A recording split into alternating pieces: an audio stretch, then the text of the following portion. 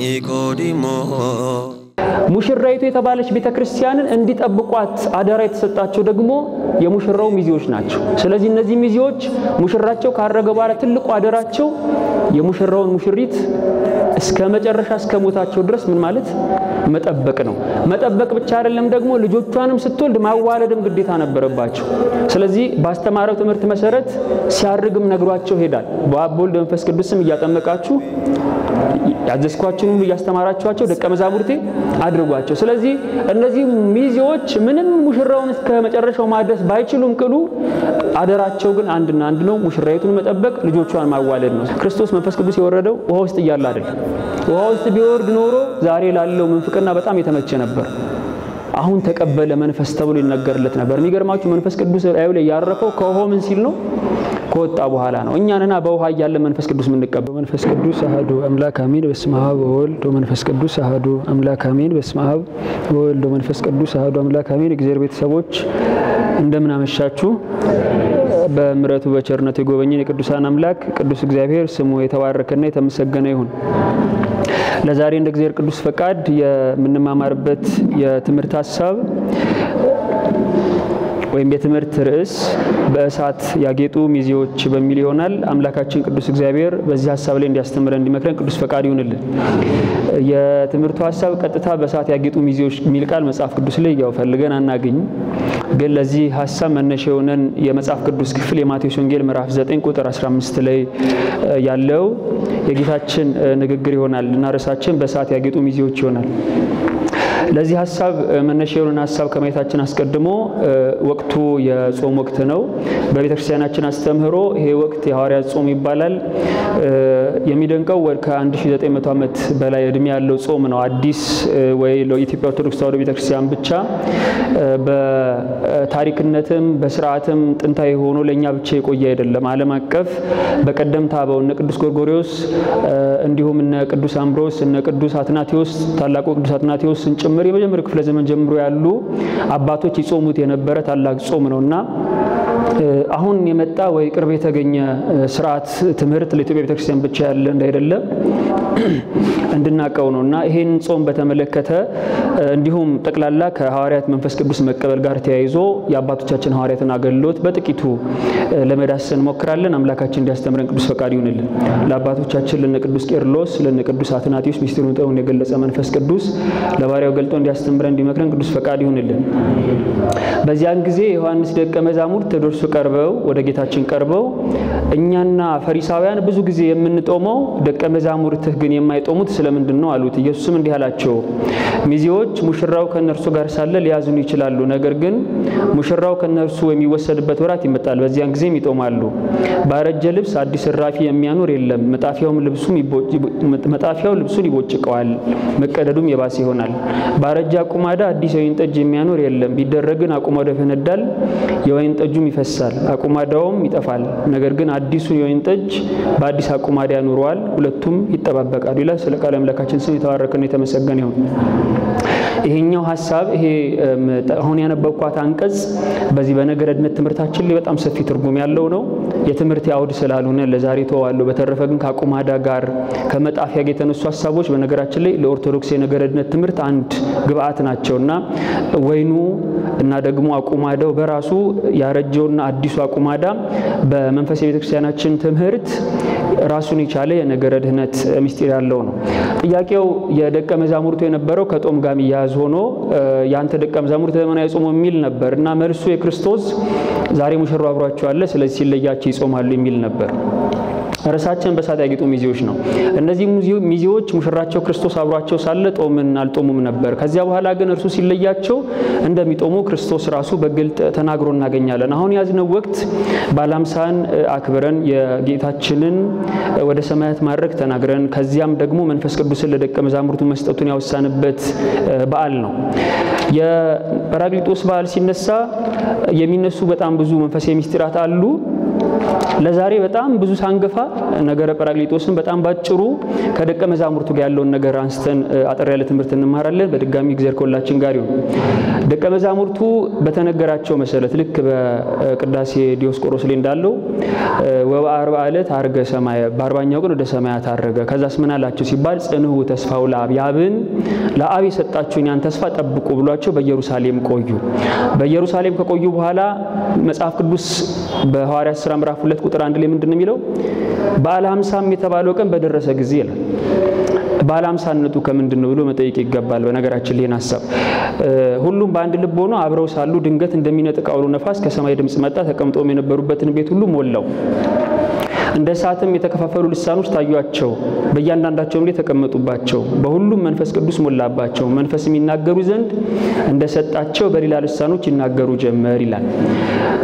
50ውን ቀን ጠብቆ ለሐዋርያት መንፈስ ቅዱስ በሚላክበት ወቅት እንደው ቀጥሎ ያለው ንባብ ታውቁታላችሁ ብዬ ነው። ደቀ መዛሙርቱ መንፈስ ቅዱስ ከተቀበሉ በኋላ ሰብከው ወደ 3000 ሰው መልሰዋል።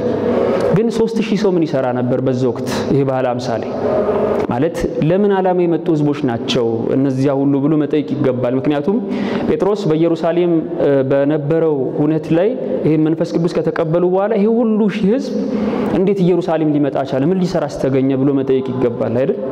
ምክንያቱም ብዙ ጊዜ የምናውቀው የትኛውን ትምህርት ነውኛ ተመለሱ የሚለውን ነው። ግን ሚኖሩ ናቸው ወይ ዛንዳንል እዛው ሚኖሩ አለመሆናቸውን ያወቅነው በምንድነው? የተለያየ ቋንቋ የሚናገር ህዝብ ነበር በወቅቱ። ስለዚህ ለነሱ ይሄ መንፈስ ቅዱስ በየቋንቋቸው እንዲረዳ ማድረጉ ራሱ ከተለያየ ሀገር የመጡ መሆናቸውን ያሳያል። እንዲሁም ራሱ ቃል በቃል ተጽፏል ከተለያየ ቦታ የመጡ እንደነበሩ። ምን ሊሰሩ መጡ ስንል አይሁድ አንድ በዓል አላቸው። በአጋጣሚ ሆኖ ኢየሩሳሌም የሚያስመጣ 3 በዓል አላቸው። በጂውስ ባህል 3 የተለያዩ በዓላት አሉ።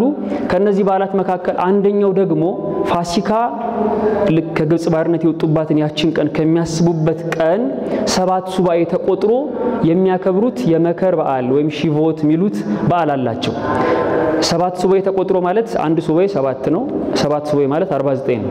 ስለዚህ ፋሲካ የሚባለውን ከግብጽ ባርነት የወጡበትን ይዘን ለኛ ደግሞ ሲሆን ክርስቶስ የተነሳበትን ይሆናል። ለእነርሱ ከግብጽ ባርነት የወጡባትን ያችን ቀን ይዘን 49 ቀን ሲቆጠር በ50ኛው ቀን የሚያከብሩት ሺቮት የሚባል በዓል አላቸው። ስለዚህ ለዚህ በዓል ከተለያየ ቦታ ኢየሩሳሌም ሁሉም የተለያየ ቋንቋ የሚናገሩ ተሰብስቦ ይመጣ ነበር። ይሄ አጋጣሚን እንደምናውቀው ብሉይ ኪዳን ለአዲስ ኪዳን ጥላ ነው። እግዚአብሔር ባወቀ በዚህ በ50ኛው ቀን መንፈስ ቅዱስ ደግሞ ለደቀ መዛሙርቱ ተሰጣቸው። ከዚያ በኋላ ይሄን አጋጣሚ ቅዱስ ጴጥሮስ አስተማረበት፣ ብዙዎች እንዲመለሱ ምክንያት ሆነ ማለት ነውና ይሄንን በዓላቸውን በተመለከተ ኦሪት ዘጸአት ምዕራፍ 34 ቁጥር 22 ላይ የመከር በዓል የሚባል ኢቭን ደግሞ አሁንም ድረስ ብትችሉ እናንተም ትንሽ ጎግል አድርጋችሁ አንብቡ ትችላላችሁ። እስራኤል እንዲህ አይነት ልማድ አላቸው።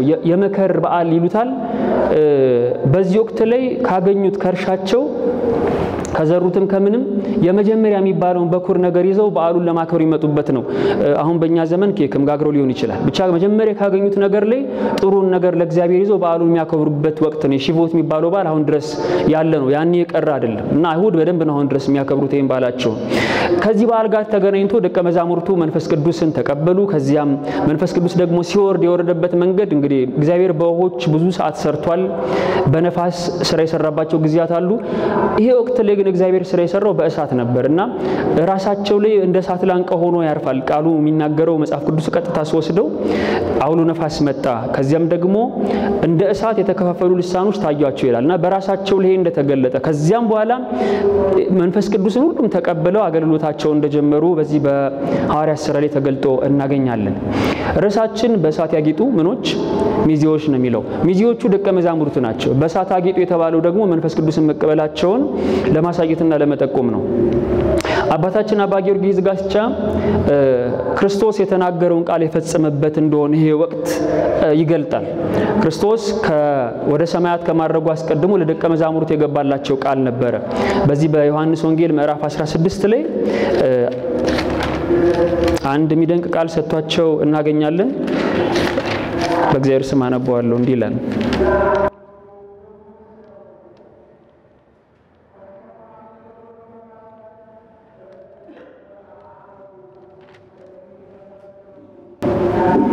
እሺ ስንት አለን? የዮሐንስ ወንጌል ምዕራፍ 16 በዚህ ቦታ ላይ ራሱ ክርስቶስ ስለ መንፈስ ቅዱስ ፕላስ ዮሐንስ ወንጌል ምዕራፍ 14 ላይ ማለት ይሄን ሐሳብ መጀመሪያ ላስቀድመውና ቀጥሎ ማነሳው ነጥቤ ላይ ይረዳኛል። በዚህ ክፍል ላይ ክርስቶስ አጽናኝ ሆነውን ስለ እግዚአብሔር አብ አስቀድሞ ያነሳል። አንዴ ቃሏን ላነባት እንዲህ ይላል ነገር ግን ስለ አብ ለእናንተ በግልጥ የምናገርበት እንጂ ከዚያ ወዲያ በምሳሌ ማልናገርበት ሰዓት ይመጣል። በዚያን ቀን በስሜ ትለምናላችሁ እኔም ስለ እናንተ አብን እንድለምን የምላችሁ አይደለም። እናንተ ስለወደዳችሁኝ ከእግዚአብሔር ዘንድ እኔ እንደወጣው ስላመናችሁ አብ እርሱ ራሱ ይወዳችኋል። ከአብ ወጥቼ ወደ ዓለም መጥቻለሁና ደግሞ ዓለምንም እተዋለሁ ወደ አብም እሄዳለሁ። የመጀመሪያው የሚያስገነዝባቸው የነበረው እርሱ አገልግሎቱን ፈጽሟል። ከዛ ወደ አባቱ ምን ይላል ወደ ሰማያት እንደሚያርግ ይነግራቸው ነበር። ይሄ ብቻ አይደለም። ከዚያም እርሱ ወደ አባቱ ባረገበት ቅጽበት ደግሞ አባቱ አጽናኝ የሆነውን ቅዱስ መንፈስ ምን እንደሚልክ ራሱ ክርስቶስ ለደቀ መዛሙርቱ ሲነግራቸው እናገኛለን። ሁለት ነገሮች አሉ።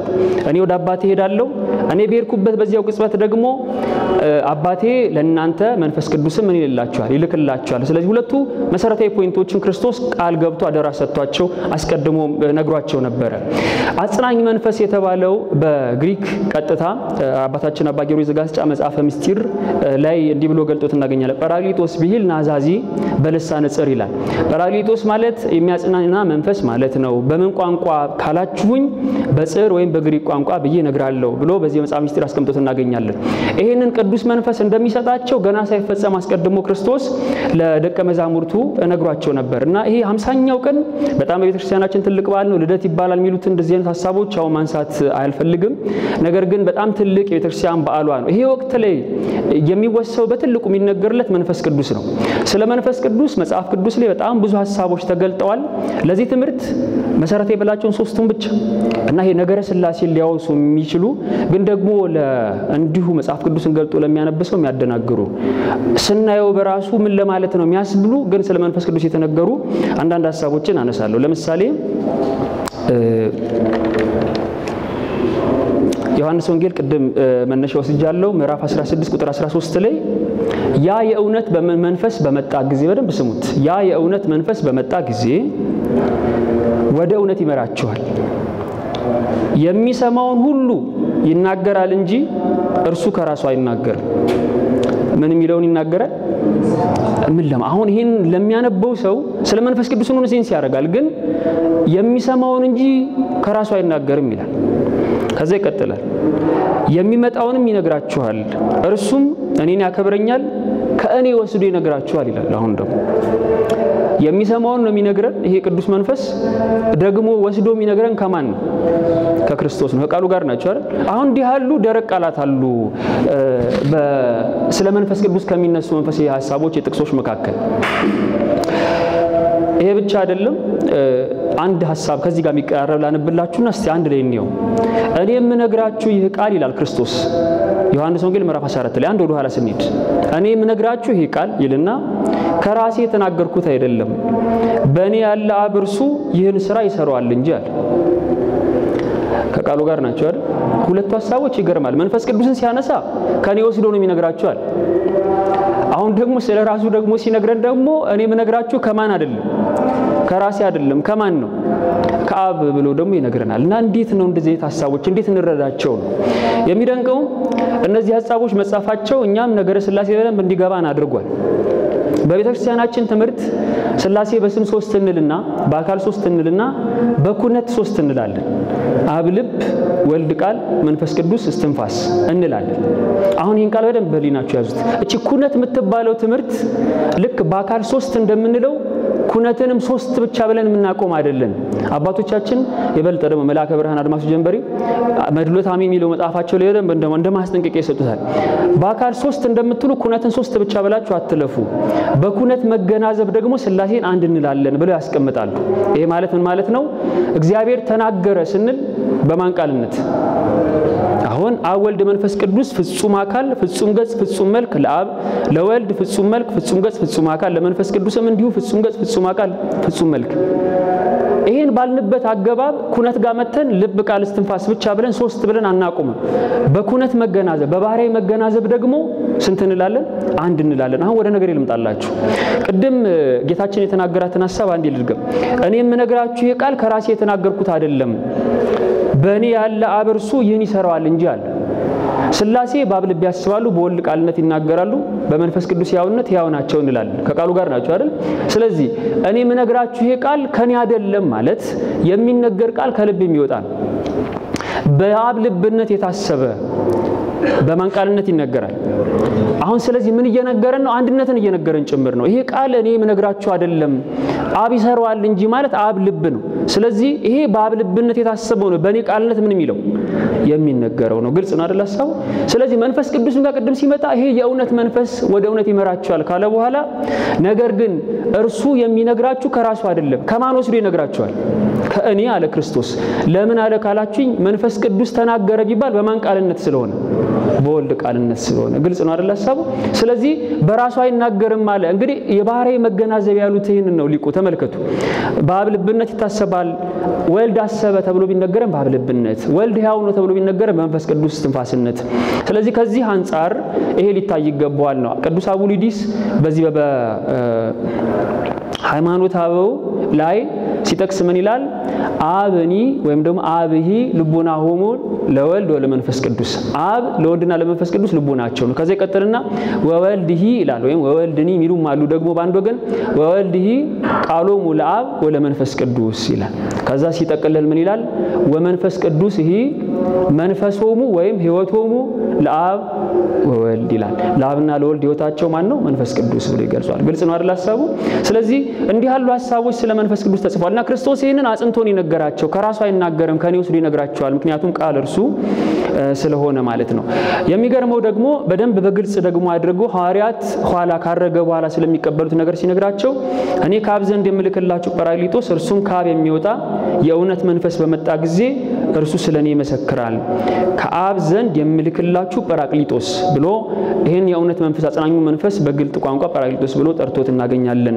በልሳነ ግሪክ ማለት ነው እንግዲህ ራሳችን ጋር ስንመጣ እነዚህ ሚዚዎች የተለዩ ሚዚዎች ናቸው የተመረጡ ናቸው በኢየሩሳሌም የነበሩ ናቸው ግን የነዚህ ሚዚዎች ደግሞ ትንሽ አሳዘኝ ጎን አላቸው ሙሽራ ለልማዱ ሚዚ ለልማዱ ሙሽራውን ከቤት ማድረስ ልማዱ ነው እነዚህ ሚዚዎች ግን በቢታንያ ወጡ ቀና ብለው አምላካቸውን ያዩት ከደመና በኋላ ግን ሊሸኙት አልቻሉ ስለዚህ እነዚህ ሚዚዎች ሙሽራውን እስከመጨረሻው ማድረስ ያልቻሉ ናቸው እውነት ነው ሸኝተዋል እስከሚቻላቸው ድረስ ናፍቀው አይኖቻቸውን ገልጠው ያዩ ነበር ግን ደግሞ የእግዚአብሔር መልአክ መጣና ሂዱ አላቸው ሐዋርያት ሥራ ምዕራፍ 2 ላይ በቃ ኢየሱስ አሁን ሲወጣ እንዳያችሁት ዳግም ተመልሶ ምን ይላል ከዛ ቤተክርስቲያን ደግሞ ጣፋጭ ትምህርት ደግሞ ያዘችና ከ365 ቀና 360 ቀን ያለማጉደል ይሄን ምስጢር ተፈጽሟለች ታውቃላችሁ ይሄ ንግግር ሁሉ እንዳለ ቅዳሴ ላይ ሁሉ ጊዜም አለ አፍጥጠው የሚያዩ ሰዎች አሉ ከዛ ደግሞ ላፈጠጡ ሰዎች ደግሞ መተው ተው አሁን ሲሄድ እንዳያችሁት ዳግም ይመጣል ሂዱ የሚሉ ደግሞ አሉ ቅዳሴ ላይ ይሄ ገጠሙ ሰዋል አለ አዋለ በደም ገጥሟቸዋል ስጋው ደግሞ ከምስራቅ ወደ ምዕራብ ይወጣል ላስተዋለሱ አቅጣጫው ይሄ ምስራቅ ወደ ምዕራብ ወደኛ ይወጣል ከዛ በኋላ የሚቀበሉት ከተቀበሉ በኋላ ዳግም ተመልሶ ወዲት ወደ ምስራቅ ቅዱስ ሌት አንድ የሚናገራት ቃል አለች ዘምሩ ለእግዚአብሔር ዘአርገ ውስተ ሰማይ ወደ ሰማይ ላረገ ለእግዚአብሔር ዘምሩ ይልና ሰማይ ዘመንገለ ጽባህ ይላል ከሰማይ ደግሞ በበኩል ላረገ በምስራቅ ላረገ ለእግዚአብሔር ከቃሉ ጋር ናቸው አይደል ስለዚህ ወደ ምስራቅ ይመለስና እኛ ስጋው ደግሞ ከተመለሰ ድርገት ከተመለሱ በኋላ አፍጥጠን እናያለን መጋረጃው ላይ ነው አይናችን ያለው ከዛ ዲያቆኑ ይወጣና እቱ በሰላም ይደናል ወደ የቤታችሁ ምን በሉ ከዛ ይመጣቃል ሐዋርያት ቀና ብለው ሰማዩን ያዩ በርህቀት ሲለያቸው ሲመለከቱ ጊዜ ሲወጣ እንዳያችሁ ተመልሶ በዚህ ይመጣል ስለዚህ ሂዱ ብሏቸው ወደ ኢየሩሳሌም መራቸው ስለዚህ ዲያቆኑ እቱ በሰላም ሚለው ምስጢር የመጣው ከዚህ ከሐዋርያት ሥራ ምዕራፍ 2 ነው ግልጽ ነው አይደል ሐሳቡ አቅጣጫዎቹ በጣም ይደንቁ ናቸው ባይዘው ይሄ ንባቡ እንዳለ እንደምታውቁት እርግጠኛ ስለሆንኩ ነው ደቡብ በሚነበበው ሰሜን የሚነበበው እያንዳንዱ የሚገርም ራሽናል አለው የቅዱስ ጳውሎስ መልእክት ሲነበብ ለምን ምዕራብ ተመረጠ እንላለን እንጠይቃለን አቅጣጫው ዲያቆኑ ወደኛ ዞሩ ቄሱ ሲያነብ ወደዚህ አለው ይሄ እያንዳንዱ ራሱን የቻለ ትምህርትና ምስጢር ያለው ነውና ወደ ነገራችን ስመለስ እነዚህ ሚዜዎች ሙሽራውን ሸኝተዋል ግን ማድረስ አልቻሉ የነዚህ ሚዜዎች አደራ ትንሽ ይለያል በተለየ አኳኋን ሙሽራይቱ እንድትጠበቅ አምላክ መርጧቸዋል። ሙሽራይቱ ቤተክርስቲያን ናት። እቺ ሙሽራ ደግሞ ከሙሽራዋ ጋር የተጋባችው ደግሞ ዕለተ ዓርብ ነው። ስለዚህ ዕለተ ዓርብ በዚያ መስቀል ላይ ልክ አዳም ከጎኑ ሔዋን እንደተገኘችለት ከክርስቶስ ጎንም እቺ ሙሽራይት የተባለች ቤተክርስቲያን ዕለተ ዓርብ ተወለደች። ከዚያ ደግሞ ልጆቿን የምትወልድበትን መንገድ ደግሞ እንዲሁ ከጎኑ ባፈሰሰ ውሃ መንገድ አሳይቷት እርሱ ሞተ ተባለ። ሙሽራይቱ የተባለች ቤተክርስቲያንን እንዲጠብቋት አደራ የተሰጣቸው ደግሞ የሙሽራው ሚዜዎች ናቸው። ስለዚህ እነዚህ ሚዜዎች ሙሽራቸው ካረገ በኋላ ትልቁ አደራቸው የሙሽራውን ሙሽሪት እስከ መጨረሻ እስከ ሞታቸው ድረስ ምን ማለት መጠበቅ ነው። መጠበቅ ብቻ አይደለም ደግሞ ልጆቿንም ስትወልድ ማዋለድም ግዴታ ነበረባቸው። ስለዚህ ባስተማረው ትምህርት መሰረት ሲያርግም ነግሯቸው ሄዳል። በአብ ወልድ መንፈስ ቅዱስም እያጠመቃችሁ ያዘዝኳችሁን ሁሉ ያስተማራችኋቸው ደቀ መዛሙርቴ አድርጓቸው። ስለዚህ እነዚህ ሚዜዎች ምንም ሙሽራውን እስከ መጨረሻው ማድረስ ባይችሉም ቅሉ አደራቸው ግን አንድና አንድ ነው፣ ሙሽራይቱን መጠበቅ፣ ልጆቿን ማዋለድ ነው። ስለዚህ ደቀ መዛሙርቱ ምን ሲያደርጉ ነበር ሲባል በእሳት አጊጠው የተለየ ልብስ ወርቅ የላቸውም፣ ገንዘብ የላቸውም። የነሱ ጌጣቸው በአምሳኛው ቀን የተቀበሉት መንፈስ ቅዱስን በዚህ ተውበው ቤተክርስቲያን ልጆቿን ስትወልድ የሚያዋልዱ ሆነው ተገኝተዋል ማለት ነው። ግልጽ ነው አይደል ሐሳቡ? ስለዚህ በእሳት የሚያጌጡ ሚዜዎች ተብሎ የተነገረላቸው እነዚህ ደቀ መዛሙርት ናቸው። በዚህ በባለ ጰራቅሊጦስ እንደው ጠቅላላ ያሳለፈነው ወቅት አሁን ጾሙም ከዚያው ጋር ተያይዞ ስለሆነ ሶስት መሰረታዊ ነገሮችን እናያለን። በቃ ቤዚክ የሚባል አሁን ጰራቅሊጦስን ሰው በሊናው ሲያስብ ምን ያስብ ካልን ሶስት መሰረታዊ ነጥቦችን እናንሳለን። የመጀመሪያው 50ኛውን ቀን የሚያስብ ሰው ያስባል። የመጀመሪያው ይሄ በቃ ማይዘነጋ ታሪክ ይሄ ነው። እግዚአብሔር በብሉይ ኪዳን በእሳት የመስራት ልምድ ነበረው። ሐዲስ ኪዳን ላይ ማስተዋላችሁ ለደቀ መዛሙርቱ የሰጣቸው በእሳት ነው። ብሉይ ኪዳን ላይ ብዙ ታሪኮችን እናውቃለን። ለምሳሌ ጌዲዮን መስዋዕት ባቀረበ ጊዜ መስዋዕቱ መጥቶ የበላው እሳት ነበር። ይሄንን በመጽሐፈ መሳፍንት ምዕራፍ 6 ቁጥር 21 ላይ ተጽፎ እናገኛለን። ይሄ ብቻ አይደለም፣ ተመሳሳይ ታሪኮችም ደግሞ እንዲሁ ነበሩ። እግዚአብሔር የሰዎችን መስዋዕት ለመቀበል ብቻ ሳይሆን ሰዎችን ለመቅጣትም እሳትን ሲጠቀም አይተናል። ሰዶምና ገሞራ ሲጠፉም ደግሞ እሳት ነበር የሚዘንብ የነበረው፣ ውሃ አልነበር። ኦሪት ዘፍጥረት ምዕራፍ 6 ላይ ስለዚህ እሳት ለእግዚአብሔር በአንድ ወገን መስዋዕት መቀበያ፣ በአንድ ወገን ደግሞ ምን ማድረጊያ መቅጫ ጭምር ሆኖ ያገለግል ነበር። አንድ ጥቅስ መቼስ ሰንበት ተማሪዎች ስለሆን አገልግሎት ላይ ወደም ጠቅላላ ጉባኤ ሲደርስ ሳይጠቀስ ማያልፍ አንድ ጥቅስ አለ በደንብ በሚታወቅ ስለሆነ ላነብላችሁ። ሰውነታችሁን እግዚአብሔርን ደስ የሚያሰኝና ሕያው ቅዱስ መስዋዕት አድርጋችሁ ታቀርቡ ዘንድ በእግዚአብሔር ርኅራኄ ለምናችኋለሁ፣ እርሱም ለአእምሮ የሚመች አገልግሎታችሁ ነው ይላል። ምናችሁ መስዋዕት አድርጓል ሰውነታችሁ። ከዛ ሮሜ 12:1 ላይ ነው ዝቅ ብላችሁ ስታነቡት ምን ይላል? የሚያስተምርም ቢሆን በማስተማሩ ይትጋ ይላል። አሁን ላምጣው ነገሩን። ራሳችሁ መስዋዕት አድርጋችሁ ስጡ አለ። ለምን ፐርፐስ ስንል ለእግዚአብሔር መስዋዕት አድርጋችሁ ስጡ። ይሄስ መስዋዕት አድርገን እንዴት ነው የምንሰጠው ሲባል በአገልግሎት። ምን አይነት አገልግሎት ስንል ብዙ ይጠቅስና ከጠቀሳቸው መካከል አንዱ የሚያስተምር በማስተማሩ ምን ይበል ይትጋ። ከቃሉ ጋር ናቸው አይደል? በብሉይ ኪዳን የሚቀርበውን የእንስሳም የእህልም መስዋዕት እሳቱ መጥቶ ይበላው ነበር። ሐዲስ ኪዳን ላይ ሲመጣ አስተውላችሁ ከሆነ ራሳችሁ ምን አድርጋችሁ አቅርቡ መስዋዕት። ይህን ራሳቸው መስዋዕት ያድርገው ያቀረቡ ነበሩ። እነማን ናቸው? ሚዜዎቹ ናቸው። ተመልከቷቸው። ራሳቸው መስዋዕት አድርገው አቀረቡ። ከዚያስ ምንድነው ይሄ መስዋዕት ሲባል ለአእምሮ የሚመች አገልግሎታቸው ነው። ይሄ አገልግሎታቸው እንዴት ተጀመረ ካላችሁ በላያቸው ላይ መንፈስ ቅዱስ በእሳት አምሳል በተገለጠ ጊዜ ነው። ከቃሉ ጋር ናቸው አይደል? በቀደመው ጊዜ እሳት መጥቶ መስዋዕቱን እንዲበላ ደቀ መዛሙርትም መስዋዕት መሆንን እንዲህ በልባቸው ያድርባቸው ዘንድ በእነሱ ላይ መጥቶ ያ እሳት አረፈባቸው። ከዛስ ምን አደረጉ ካላችሁ ግን አንድ ስብከት አንድ ጊዜ ተቆሞ 3000 ሰው የሚመለስበት ድንቅ ነገር መጣ። እውነትም ለካ መስዋዕት መሆን ማለት ይሄ ነው። ቅዱስ ጳውሎስ ለካ ራሳችሁ መስዋዕት አድርጉ እያለ የሚገልጠው እንዲህ ባለው ምስጢር ነው። ሌላው እግዚአብሔር ይቀጣበታል አልን በእሳት።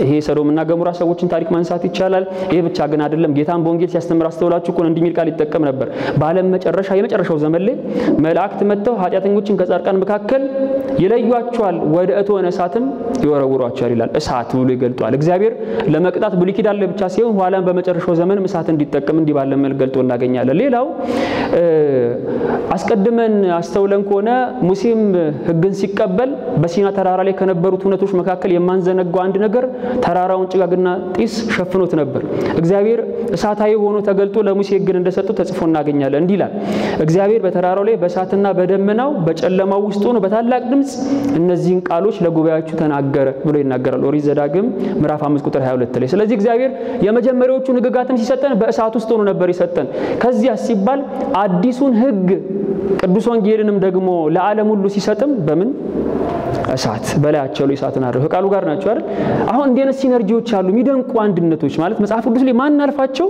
ብሉይ ኪዳን ላይ ያነበነው እኛ ሰምተን ተምረንበት አልፈነው አዲስ ኪዳን ላይ ግን ሲፈጸም ምንየው በጣም ብዙ ድንቅ ምስጢር አለ ለምንድነው ግን እግዚአብሔር እሳትን የመረጠው ደሞስ እንደው መንፈስ ቅዱስ በርግብ አምሳልም ተገልጦ ነበር ለምንድነው በእሳት የተመሰለው አሁን በእሳት አምሳል ሆኖ በላያቸው ላይ ተቀመጠው ለምንድነው ብለን ጠይቃለን የኛ ሊቃውንት በጣም ብዙ አስተምረዋል እዚህ ላይ ይሄ ትምህርት እንዳይረዝም እኔ አራቷን ብቻ ሶስቷን ብቻ ላንሳ ግድ የለም በጣም ብዙ ምስጢራት ነው የኛ ትርጓሜ ላይ ያለው እሳትን በተመለከተ አንደኛው ምክንያት ምንድነው ይላል በእሳት የበሰለ ነገር መዓዛም አለው ጣዕምም አለው ይላል ስለዚህ በመንፈስ ቅዱስ የከበረ ሰውነትም መዓዛ ሕይወት መዓዛ ጸጋ ጣዕመ ሕይወት ጣዕመ ጸጋ አለው ስለዚህ ለሌሎች የሚጣፍጥ ማንነት ይኖራል ሌሎች የሚኖርበት ይኖራል ይሄ ማለት የቅዱሳን ሕይወት ነው እንደነ ቅዱስ ዮሐንስ መጥምቅ ያለው ማለት ነው ተመልከቱ የነሱ ጣዕማቸው ዛሬ ያለውን አካል በዚያ ጣዕማቸው ስበው ጠብቀው በሃይማኖት አጽንተው ባይረሳትን የሚያሻግሩ ናቸው እነርሱ ስለዚህ ጣዕመ ሕይወትን መዓዛ ሕይወትን የሚያድል ነው ብለው ይነግራሉ ሌላው ደግሞ እሳት እፍን ያለው እንደን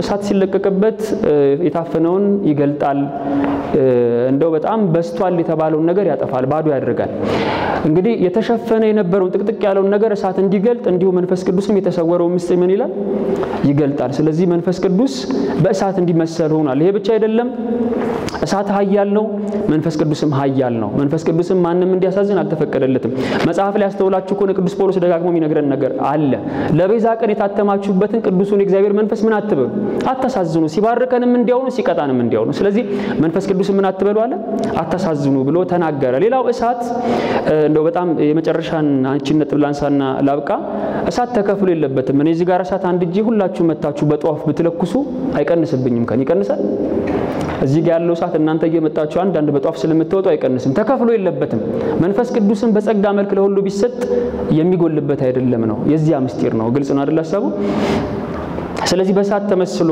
እናገኛለን ፈርዘር ደግሞ የኛ ሊቃውንት ይጨምራሉ የተሰበረ ሸክላ የሚጠገነው ይላሉ ሸክላ ሰሪ ሲያስተካክል የተሰበረም ይሁን አዲስም ሲሰራ ምንን ይጠቀማል እሳት የተሰበረውንም ሲያድስ አብኩቶ ምን ብሎ ከነባሩ ጋር ካገናኘ በኋላ በእሳት ነው በደንብ አሙቆ በእሳት በደንብ አግሎ ነው የሚያስተካክለው ስለዚህ የተሰበረ ማንነታችን የሚጠገነው እንዲሁ በቅዱስ መንፈስ እንደሆነ የሚያጠይቅና የሚያሳይ ነውና እሳት ለመንፈስ ቅዱስ ምሳሌ ተደርጎ ይነገራል ይሄ የመጀመሪያ ሁነት ነው መንፈስ ቅዱስ በእሳት አምሳል ለማን ተሰጠ ለደቀ መዛሙርቱ ተሰጠ ግልጽ ነው ሐሳቡ አልከበደብንም አይደል ሁለተኛው አነጥ ባለ ጰራቅሊጦስን ስናስብ ምን እናስብ ሁለተኛው ሐዋርያት አስተምረው ሰው ያነጹበት ወቅት ነው ይሄ በዓል ነው ማን ዘነጋው ነገር ይሄ ጾሙን የሚያዝነው ያንኑ አስመልክተን ነው ደቀ መዛሙርቱ አስተምረው ሰው ያነጹበት በዓል ነው ይሄን በተመለከተ በረከቱ ይደርብን ስለመቤታችን ተናግሮ ማይጠግበው አባታችን አባ ጊዮርጊስ ዘጋስጫ እንዲላል የስጋን አንደበት ይቀድሰው ዘንድ የእሳት ላንቃ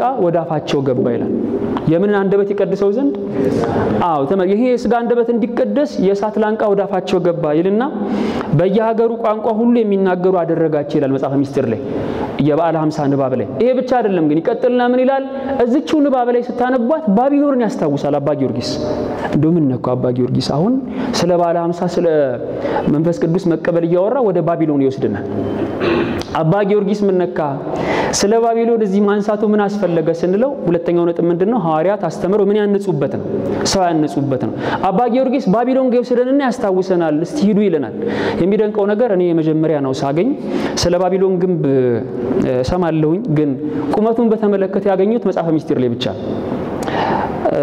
ወደ 5433 ክንድ ነበር የሰው ልጅ የሰራው ወደ ላይ ይሄ ማለት ወደ 2400 2700 አካባቢ ሜትር ቁመት ያለው ግንብ ነበር ሰው ልጅ ይሰራ 2700 ማለት 2 ኪሎ ሜትር ማለት ነው አሁን ሃይ ራይዝ ቢልዲንግ የሚባሉት ዓለም ላይ ያሉት ስንት ናቸው እስቲ ራሳቸው አስተውሱ አሁን ዱባይ ላይ ተሰሩ የሚባሉት ሃይ ራይዝ ያሉት የኛ ነገር ለጊዜው ላቆየው አሁን እየጀመርን ነው መሰለኝ እሱም በእኛ ኮድ ሃይ ራይዝ የሚባለው የሆነ መጠን አለው በነገራችሁ በኢትዮጵያውን በዛሬ 3 አመት ተሻሽሎም ነበርና ሃይ ራይዝ የሚባሉት መጠን አላቸው ከፍታ ከዛ ደግሞ ከፍ ያለ ደግሞ ሃይ ራይዝ በላይ ደግሞ ያሉት ደግሞ እስከዚህ ፎቅ ተብሎ የተቀመጠ ገደብ አለ በዚህ ንጽጽር ዓለም አቀፍ የንጽጽር ኢትዮጵያን አንይዘውም የኛ ገና ያደገ ያለ ኮንስትራክሽን ስለሆነ ግን የቀደመው ከኛ ቀድሞ ይሰለጣኑ የሚባሉት እንኳን የሰሩትን አስበን ይሄን ቁጥር ብናመጣው በነገራችን ላይ የሰው ልጅ ላይ 2 ኪሎ ሜትር በላይ ወደ ላይ መስራት የቻለበት ዘመን ነበር ማለት ነው ከቃሉ ጋር ናቸው አይደል ትንሽ ይዋጣል እንዴት ነው ነገር ይከብዳል አይደል ደግሞ ኮንስትራክሽን አከያላለስ 2000 ሜትር እንዴት የሰው ልጅ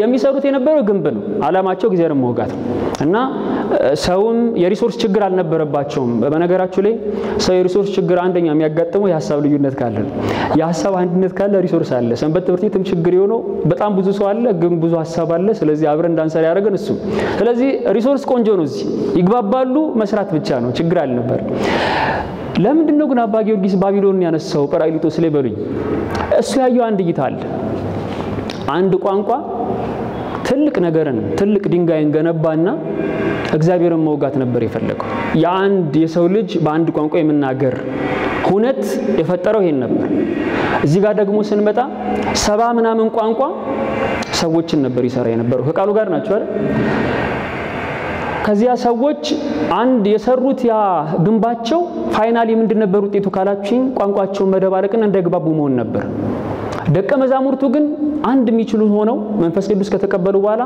70 ምናምን ቋንቋ መናገር ችለው ሰውን መስራት ችለዋል ተቃራኒ ነው አይደል እና ቀደም ታቦም ይላሉ በነገራችን ላይ አባ ጊዮርጊስ ብቻ አይደለም ቀደም ታቦም ሁለቱ ታሪኮች ተቃራኒ ናቸው ይላል ከዚያ ያነሳል ለምሳሌ በቀደመው በባቢሎን ግንብ ላይ የቋንቋ አለመግባባት ነበረ እግዚአብሔርም በዚያ የምድርን ቋንቋ ደባልቋልና ይላል ኦሪት ዘፍጥረት ምዕራፍ 11 ላይ ወደ ሐዲስ ኪዳኑ የሐዋርያት ሁኔታ ላይ ደግሞ ስንመጣ እያንዳንዱ በገዛ ቋንቋው ሲናገር ይሰማ ነበር ይላል ሰዎችን ሲሰሩ በብዙ ከ72 በሆኑ ቋንቋዎች ሰዎች እንዲሰሩ ሆነው ነበር እዚያ ጋር ደግሞ አንድ ቋንቋ ደግሞ ጥፋት ነበር ያስከተለው ሌላው የባቢሎን አስቀድሞ ያመጣው ጥሩ ነገር ምን አለ ከተባለ ምንም ነው ሰዎች በምድር ላይ እንዲበተኑ ያደረጋቸው ሳይግባቡ ካለመግባባት የተነሳ የሐዋርያት ጋር ስንመጣ ደግሞ ሐዋርያትም ተበትነዋል ነገር ግን የተበተኑት ለተቀደሰው ዓላማ ነበር እስከ ምድር ዳርቻም ድረስ ምስክሮቼ ትሆናላችሁ የቀደሙት ሳይግባቡ ሲበተኑ እነዚህ ደግሞ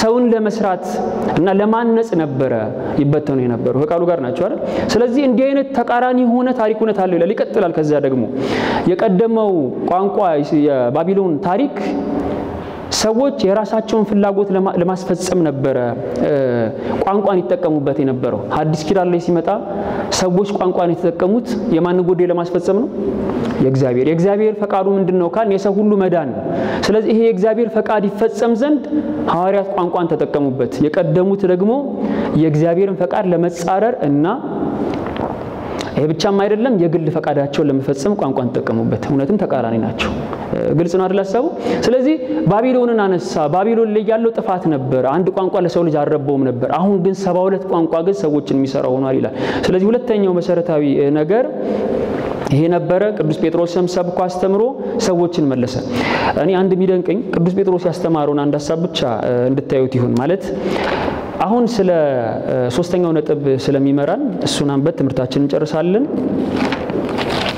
እንደምን አመሻችሁ እሺ እዚህ ሆናችሁን ላራግጠኝ እንዲህ ይላል ቅዱስ ጴጥሮስ አሁን የሚያስተምርቱን ብቻ ስሙት ሁሉንም አላነብም መሃል ብቻ እየገባው አነባለሁ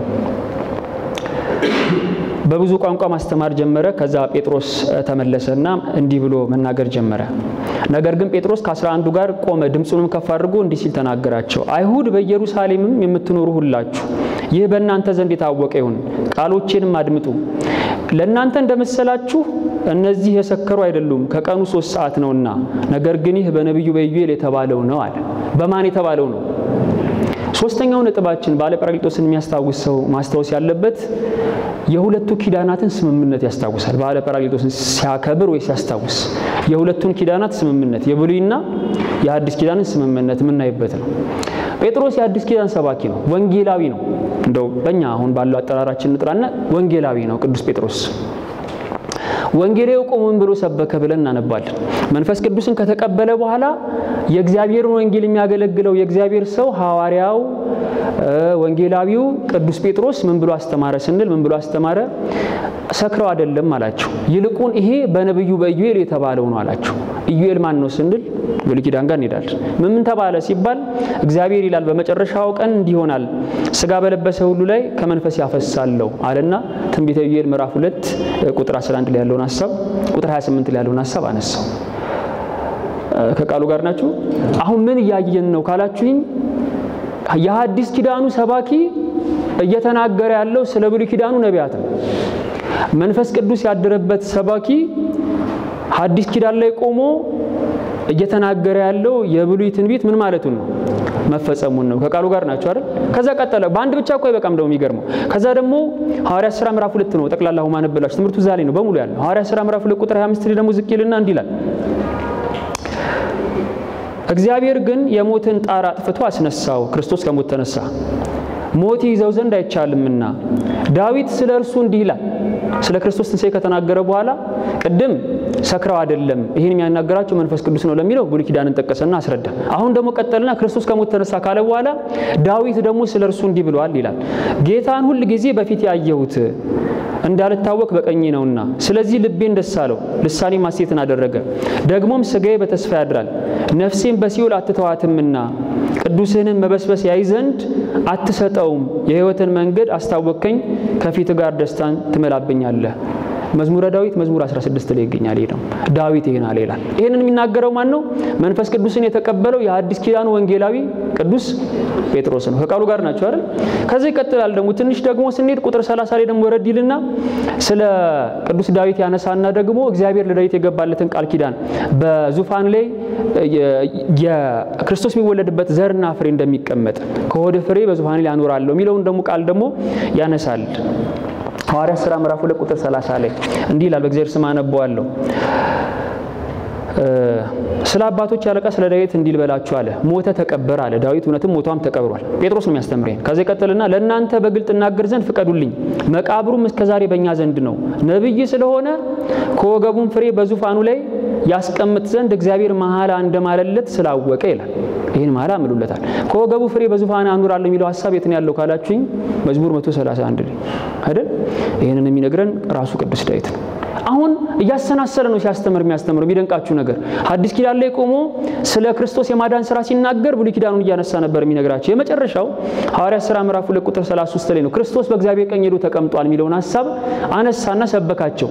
በእግዚአብሔር ቀኝ ለመቀመጡ አለና ምሳሌ ሲወስድ ከተወሰደ የቅዱስ ዳዊትን መዝሙር ያነሳል። መዝሙር 109 ላይ ያለውን ጌታ ጌታዬን ጠላቶችን የእግር መረገጫ እስካደርግ ድረስ በቀኝ ተቀመጥ አለው ይላል። በቀኝ ተቀመጥ አለው። ክርስቶስ በእግዚአብሔር ቀኝ መቀመጡ ይሄን ደግሞ ማን ፕሩቭ አድርጓል ካላችሁ ማን ያረጋግጠልን? ቅዱስ እስጢፋኖስ አይደል? ሲወገር ቀና ብሎ አየና የእግዚአብሔር ልጅ በእግዚአብሔር ቀኝ ቆሞ ያዋለው አለ። ስለዚህ ይሄንን አይቷል። ቅዱስ ጴጥሮስ ምን እያደረገ ነው ወዳጆች?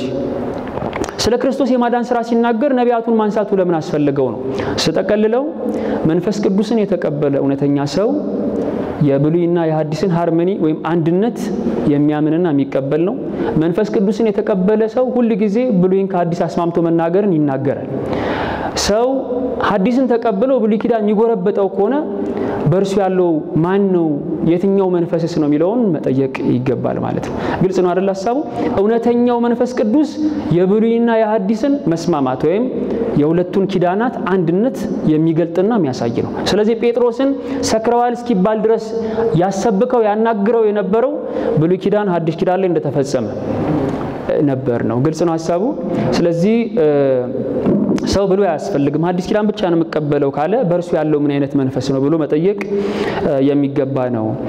የሚደንቀው ትምህርቴን ማጠቃለልበት እመቤታችን ስላደረገችው ነበር። አባ ጊዮርጊስ እኔ የሚገልጥበት መንገድ ራሱ ሁሉ ጊዜ የሚገርመኝ ነው ማለት እንደው መጽሐፉን ስታዩት አርጋኖን ብዙ ጊዜ እናነበዋለን። መጽሐፈ ምስጢር ደግሞ ይሄ የሚገልጽበት መንገድ ሰው በራሱ በነገራችን ላይ ከስጋዊ ተፈጥሮና ዕውቀት ብቻ የሚመጣ አይደል። በትክክል የመንፈስ ቅዱስ ማደሪያ መሆኑን ነው የምትዩት። አባ ጊዮርጊስ ምን ይላል መሰላችሁ? ምሳሌ ነው የሚሰጠን። እነሆ ድንግል ይላል እመቤታችንን ያስታውሰናል። በደንብ ስሙ። የቤተ ክርስቲያንን አምባ በስላሴ ገመድ ዙሪያውን አሰረችው ይላል።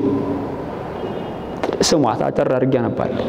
አደባባዩም የሥላሴን አምባ አሰረችው በሥላሴ አምባ አሰረችው የቤተክርስቲያንን አምባ ከዛ ይቀጥልና አደባባዩም ስለ ሥላሴ በተጋደሉ ድል በነሱ በሰማዕታት ደም ቀጠረችው ይሄን የቤተክርስቲያን አደባባይ በዚያ በሰማዕታቱ ደም ቀጠረችው በመነቅነቅ የሚያዘነብሉ በመሳርና በመጥረቢያ በመነቅነቅ የማያዘነብሉ በመሳርና በመጥረቢያ የማይፈቱ 12ቱን ሐዋርያት ምሰሶች አድርጋ አቆመቻው ደግሞ ስለዚህ በሰማዕታቱ ደም ምን አለችው አይደል ቤተክርስቲያን ያጠፋም ብሎ ከፊት የሚቆመው ሰው እሱ አጥር ነው ቤተክርስቲያን እንዳጠፋም ደሙን የሚሰጥ ስለሆነ ከዛ ቀጠልና ምን አለ ስለ ምሰሶቹ ደግሞ አነሳ በመነቅነቅ ማያዘነብሉ ናቸው ምሰሶቹስ ማናቸው እዚህ ቤተክርስቲያን ሲባል እነርሱም ይላል የማይፈቱ 12ቱ ሐዋርያት ናቸው ብሎ ይናገራል እነርሱም ስለ ክብራቸው የሚያበሩ የጳዚዮን ድንጋዮች ናቸው ይላል ክብራቸው እንደ ጳዚዮን ድንጋይ ያበራል ከዛ ይቀጥልና ደግሞ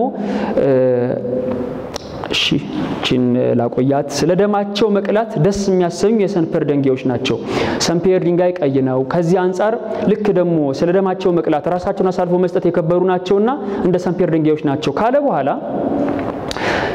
ምሰሶን ጨረሰ ከዛ መዝጊያውን ደግሞ በር ደግሞ አየ አባ ጊዮርጊስ ከዛ ምን አለ መዝጊያዎቿንም ከቄድሮስ እንጨት አደረገች እነርሱም ነቢያት ናቸው አለ በሩን ማን ናቸው በሩ ነቢያት ናቸው ምሰሶቹ እነማን ናቸው ሐዋርያት ናቸው ከዛ ይቀጥልና አሁን በደንብ ሊያፍታታልን ነው በነቢያት ትንቢት በሮች ከገባ ሰው በቀር የሐዋርያትን ምሰሶነት ያይ ዘንድ የሚቻለው የለም ይላል እንግዲህ እውነት ነው ለካ በበር ካልገባ ሰው ምሰሶ ማየት ስለዚህ በር የተባሉት ነቢያት ናቸው በነቢያት ትንቢት ከገባ ሰው በቀር ምሰሶ የተባሉ ሐዋርያትን ማየት የሚችል የለም ይልና ከዛ ይቀጥላል ደግሞ ወደ እግዚአብሔር ሕንጻ ለመግባት የሚሻ ሁሉ መጀመሪያ የቤተክርስቲያንን ደጃፎች ይሳለማል ይላል መጀመሪያ ደጁን ነው የሚሳለመው ከዛ ይቀጥልና ከገባም በኋላ ምሰሶቹን ይሳለማል እንዲሁ ይላል ሲተረጉመው ወደ ታላቂቱ ቤተክርስቲያን መግባት የሚወድ ስለ ሐዋርያት እንዴት ትንቢት እንደተነገረ ያውቅ ዘንድ ወደ ነቢያት የትንቢታቸው በሮች ይሄዳል ይላል መጽሐፈ ምስጢር ላይ በረከቱ ይደርብን ይሄንን ነው የሚያስተምረው the harmony of the two testaments ይባላል የሁለቱ ኪዳናት አንድነት ይሄ ነው በቃ የተፈጸመው ባለ ጰራቅሊጦስ ላይ ስለዚህ ብሉይና ሐዲስ አንድ መሆናት ባል ጭምር ነውና አባ ጊዮርጊስ ነቢያትና ሐዋርያትን መለየት እንደማይቻል እንዲህ ባለ መልክ አስቀምጦት እናገኛለን አባቶቻችን ሐዋርያት መንፈስ ቅዱስን ከተቀበሉ በኋላ ጾመዋል ለምን ጾሙ ከተባለ ያው በጣም ግልጽ ይመስለኛል ወንጌልን ከማስተማራቸው አስቀድሞ ጾሙ ለምን ጾሙ ኃይል እንዲሆናቸው ከማን ተማሩት ነው ጥያቄ ከማን ተማሩት ሲባል መልሱ የተመለሰ ነው ከማን ተማሩት ከክርስቶስ እንዴት ከተባለ በዮርዳኖስ መታ ተጠመቀ ከዛ መንፈስ ቅዱስ ምንም ለሱ ሊጠቅመው ባይሆንም ቅሉ ሚስጥረ ሥላሴ እንዲገለጥ እንጂ ኢቭን ኢፍ የሚገርመው አንድ ነገር አለ ክርስቶስ መንፈስ ቅዱስ የወረደው ውሃ ውስጥ እያለ አይደለም ውሃ ውስጥ ቢወርድ ኖሮ ዛሬ ላለው መንፍቅና በጣም የተመቸ ነበር አሁን ተቀበለ መንፈስ ተብሎ ይነገርለት ነበር የሚገርማችሁ መንፈስ ቅዱስ ላይ ያረፈው ከውሃው ምን ሲል ነው ከወጣ በኋላ ነው እኛንና በውሃ ያለ መንፈስ ቅዱስ ምን እንቀበል እርሱ ግን መንፈስ ቅዱስ ለሱ የሚጨመርለት አይደለም ከቃሉ ጋር ናቸው አይደል ስለዚህ ከሶስቱ አካላት አንዱ ነውና ክርስቶስ መንፈስ ቅዱስ ከወረደ በኋላ ወደ ቆሮንቶስ በረሃ ገባ ጾመ ጸልየ ከዛ ወጣ ማቴዎስ 4ን ስታነቡት የመጀመሪያው ስብከት ሰበከ ከመስበኩ አስቀድሞ ጾመ ሐዋርያት መንፈስ ቅዱስ ተቀበሉ ከማስተማራቸው በፊት ጾሙ ከዛ አገልግሎታቸውን ቀጠሉ ግልጽ ነው አይደል ሐሳቡ ከማን ተማሩት ከተባለ ከክርስቶስ መልሱ እዚያ ሐዋርያት የጾሙት ክርስቶስ ምሳሌ አድርገው ነው ግን ሁለተኛ የጾሙበት ምክንያት ግን ብዙ ጊዜ ማናስተውለው እኔ ሁላችንም ማድረጋችንን ማልጠራጠረው ከኛ መሃል እስቲ እጅ የሚያወጣልኝ ሰው ካለ አንድ ሰው በህይወቴ ጥሩ ነገር ተደረገልኝ ብሎ የሚጾም ሰው አለ ለማመስገን እኔ ያወጣው አይደለም ይቅርታ አድርጉልኝ እኔ ጾም ያላቀም ለራሴ ግን ምሳሌ ለመስጠት ያክል የጾሙት ለምንድን ነው ካላችሁ መንፈስ ቅዱስ ስለሰጣቸው ለማመስገን ነው ሁለተኛው ምክንያት ሰው የሚጾመው ለመጠየቅ ብቻ አይደለም ሲቀበልም ለማመስገን ጭምር ነው ስለዚህ ሁለተኛው ደቀ መዛሙርቱ የጾሙበት ምክንያት ለማመስገን ጭምር ነው ስለሰጠን ስላደረክልህ ህፃናት አይምሮ ነበሩ ይሄን አይምሮአቸውን የጎለመሰ የጠነከረ ያድርግ ዘንድ መንፈስ ቅዱስ ላከላቸው ስለዚህ ለምስጋና ጭምር ጾመውታል ማለት ነው አባታችን አባ ቅዱስ ዮሐንስ አፈወርቅ ምን ይላል ይሄን ጾም እንደ ሁላችንም ስለ ጾም የትኛውንም ጾም ቢሆን መጾም እንዳለበት ሲናገር የሚጸልይ እና የሚጾም ሰው ከነፋስ የፈጠኑ ሁለት ክንፎች ያሉት ሰው ነው የተማርነውን በልቦናችን ያሳድርብን ወስብሐት ለእግዚአብሔር